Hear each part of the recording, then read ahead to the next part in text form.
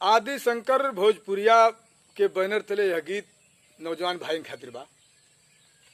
कैसे कवि लिखले बड़ो कि जान मारे ललका लहंगवा ये गोरी, जान मारे ललका लहंगवा ये गोरी, जो बना बिगाड़ताई मान, चोलिए में अटकल परान, ए गोरी तोहरी चोलिए में अटकल परान।